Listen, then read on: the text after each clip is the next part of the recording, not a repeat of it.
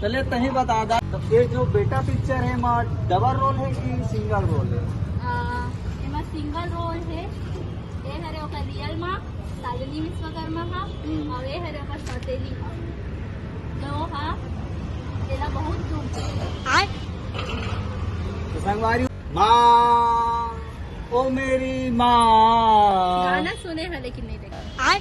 तू मेरा लाडला नहीं किते वो। अच्छा माँ ओ मेरी माँ तो मेरा लाडला।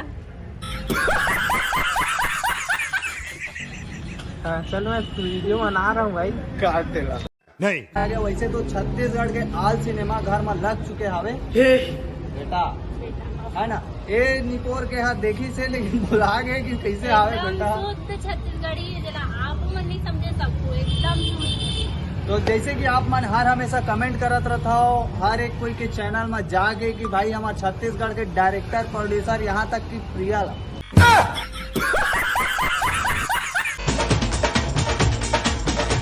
तुझे देख के दिल मेरा डोले, मेरे दिल की धड़कन बोले। अंदर में पिक्चर मन चलत हवे।